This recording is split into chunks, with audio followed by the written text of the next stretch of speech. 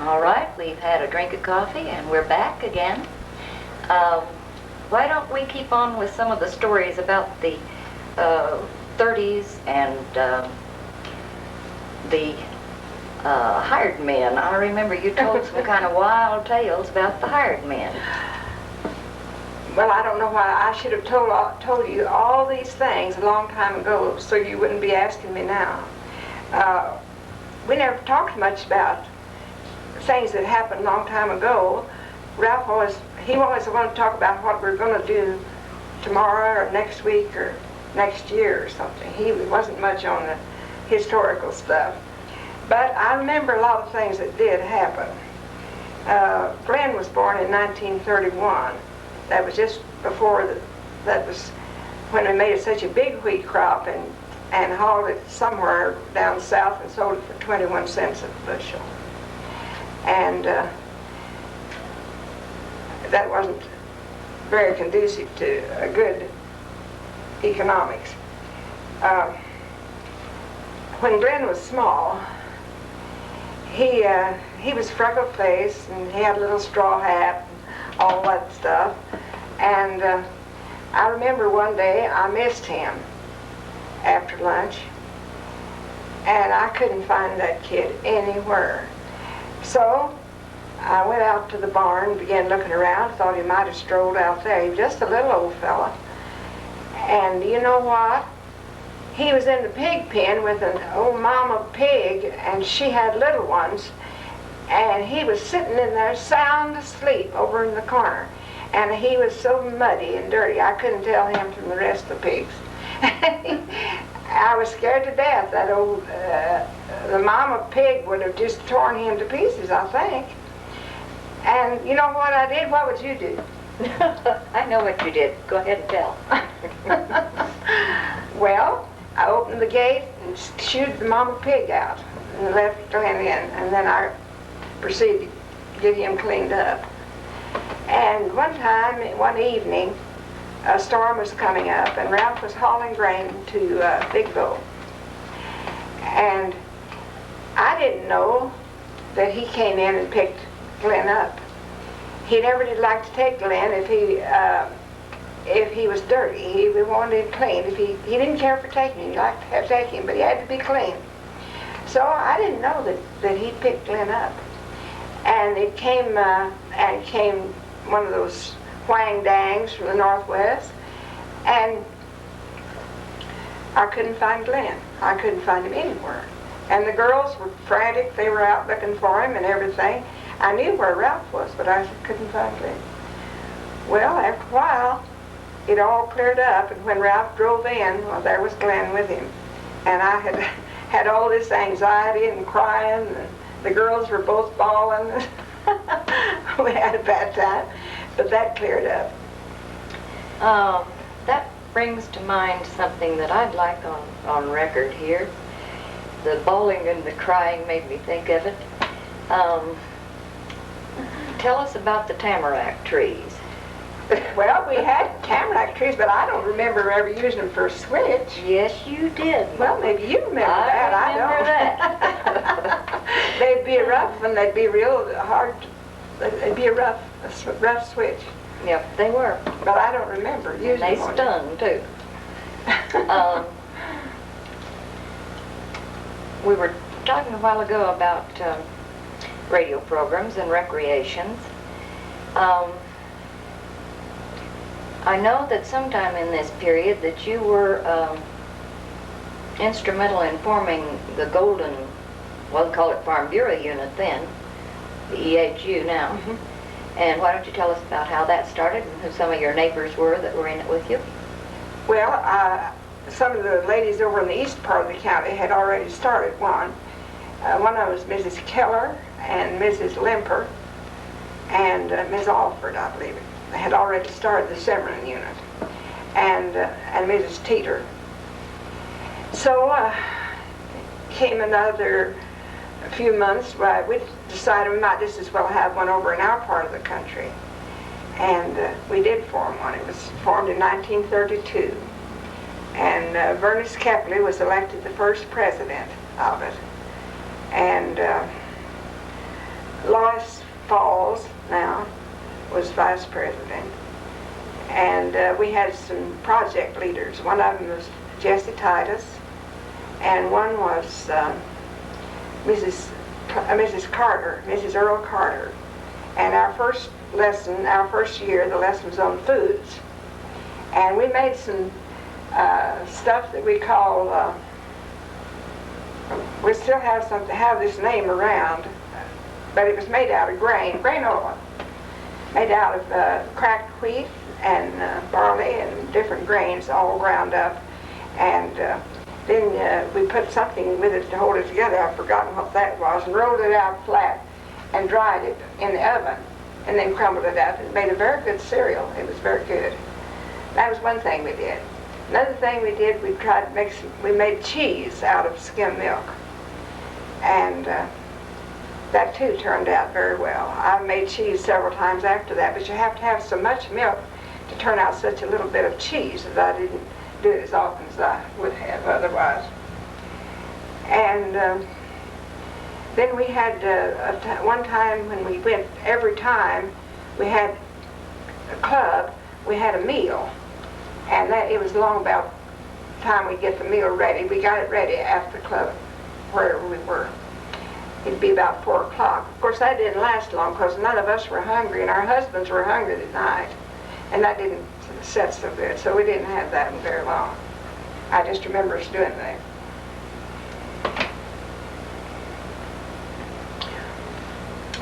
I remember reading in the newspaper somewhere that Dad and Madison Alexander were the leaders that began the Sunflower 4-H Club. And I don't remember how many years we spent in 4-H, but it was quite a while. I don't remember either. I don't think Ralph was ever really a leader. He went with me, and I was the woman leader. He took me, but I don't think he was the leader, but Mr. Alexander was. And well, that's not the first time the newspaper's been wrong. No, it probably won't be the last. But anyway, we did have 4-H. We had it for a number of years, and met at homes, generally at night. And then in the summertime, you had project meetings. The girls would meet with sewing leader or cooking leader, or just like they do now, I suppose. But at that time, we didn't have a county fair. No. We had a 4-H fair, and then when they did form a Grant County Fair Board, I believe that Dad was on the first fair board. Is that right? I don't know whether it was the first one, but it was among the first at least. He was on there for a long time. Okay. You belong to some other clubs. Why don't you list those for us and tell us about them? What he did? No, Me. the clubs you belong to. Well, I belong to Music Club. I've always belonged to Music Club. For the last 2 years, I haven't been active. And Civic and Study. And for a while, Western Prairie. I couldn't keep up that much club work. That was too much for me, so I dropped that one. And different things. I like to do things, but sometimes it gets to the point where you have to sacrifice something else. So I tried to kind of limit my club activities on that account. Can you tell me what we might have been going to one night that I remember? We started out from home and the dirt wasn't bad. But when we got over here to the Dugan place, the dirt was terrible. And I remember Dad had to get out of the car and run along the ditch with the flashlight. And then you drove the car along very slowly so that you could get through that horrible bunch of dust without going off in the ditch. And it seems to me that you had to come into town to either perform at something or practice for something. I know that you were involved in a lot of community productions, Yes. especially in the musical end. Right. I especially remember the Jedediah Smith pageant that was in, I think, 1936.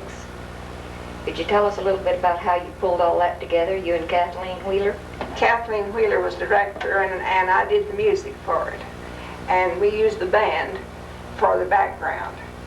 And this story was just unfolded right out on the open prairie. And we had live people and horses and wagons and whatever. And it was a very good production, I guess. It won first kind of at the district fair. And we won a prize, a cash prize. I believe it was $350, which was quite a sum then. And with this, we bought this marker that's down on the south of the Cinnamon River on the highway down there, where it marks the Cinnamon crossing. And that was kind of fun. Tell us about the coyotes. That's all I got to do was be a coyote. Well, when we first moved out to this place, it's not too far from the Cinnamon River. And almost every night the coyotes would start yelling. And they made the most lonesome, terrible sound. Sometimes they'd sound like a baby crying, and sometimes they'd sound like they're going to tear something up. And I just couldn't go to sleep with those coyotes yelling. And Ralph always told me they wouldn't hurt me. They couldn't get in the house. And unless I wanted to go out and yell with them, they wouldn't hurt me. Well, when it came time to do this production, there were a lot of local people in it. I believe Clyde Falls played Jedediah. Jedediah Smith was Clyde, yes. Okay, and the part that I got to play in it was a coyote off in the distance yelling. Oh, well, you must have been good at that. That's about all I can claim for that production. But anyway, you did do a lot of programs, and your club programs and your yearly teas and all this kind of thing. I remember that you played the piano beautifully and were nearly always involved in whatever was going on in the community. Well, thank you.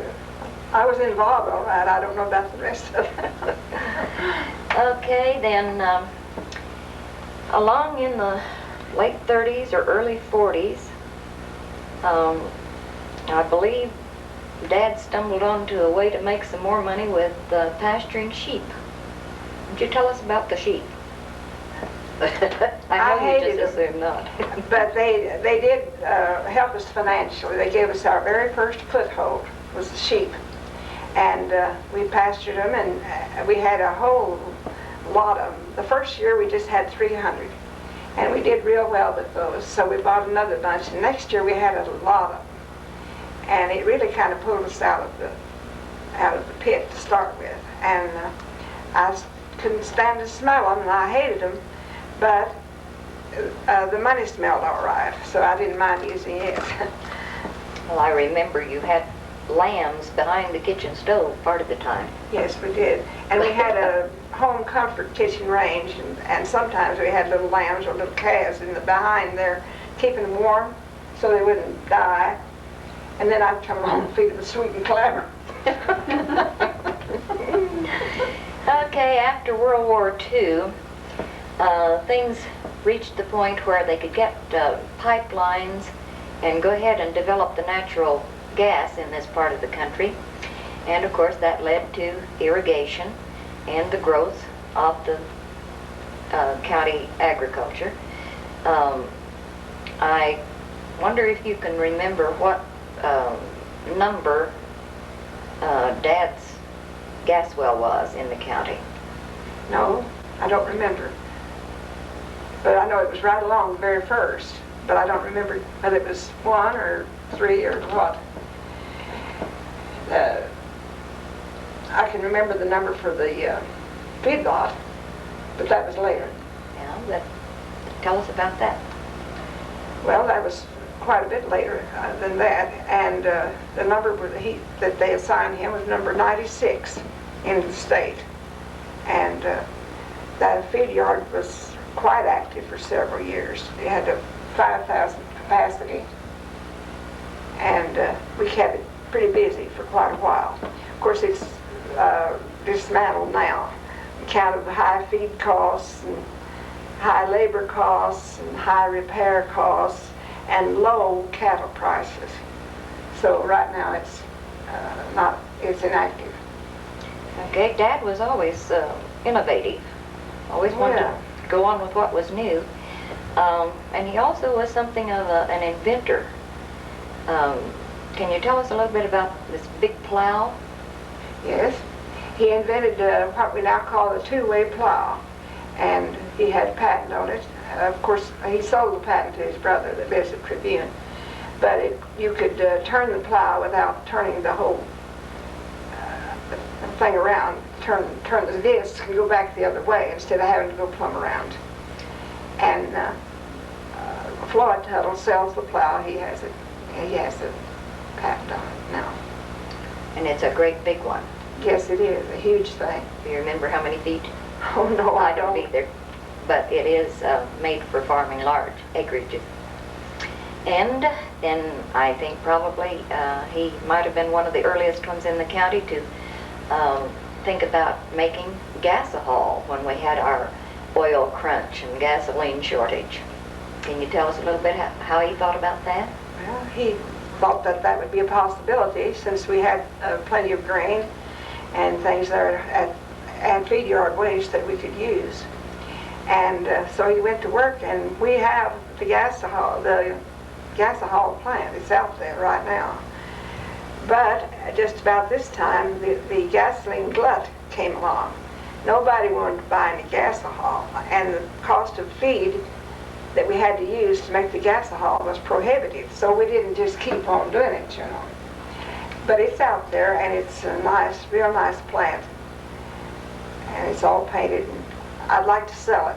I won't buy it. That's a commercial, folks. Yeah, commercial. All right, let's talk a little bit about some of the things that Daddy belonged to or served on the boards for. He was always involved with good education, and he was on the school board how many years? Do you remember? Well, I thought 17. Maybe that's too much. I don't know. Yeah, that's a long time. I don't remember exactly. 11. That's how long it was. Okay. Because it was the same number of years it took to put you kids through high school. Oh, okay. And then, as I said a while ago, he was on the fair board. I think he maybe holds a record for the Federal Reserve Bank. Federal Land Bank. Federal Land Bank. Sorry. At Garden City, he was 29 years on the Federal Land Bank. And how about Ulysses Co-op Oil and Supply? Same way that, I don't know how many years that was. It's a long, long time. And the ASC? Yes, he went through that too. I think everything that came along, he had to give it a whirl. He liked doing things differently and making new paths, new roads, and doing things. He didn't like to fall along behind someone else. It was like that. I remember one phase that he didn't care for, and that was when he was county commissioner. He served somebody's unexpired term, and that was all the politics that he wanted. And then, well, he ran though on the ticket because they wanted him to run, and was defeated by one vote. oh, I didn't follow that. And that just simply just thoroughly disgusted him. And that was the end of his political career. I know that you served many years on the library board. Am I forgetting some other boards that you served on? Well, I wasn't on very many boards. I left that to him. He did enough for both of us. The library board, though, I did enjoy. I served 2 terms on the library board. And I took Mrs. Sturman's place. And then when I resigned, or when my term expired, Jim Hickok took my place on the library. Well, why don't you tell us about your grandchildren? Oh, don't get me started. We'll have to have 2 or 3 more tapes.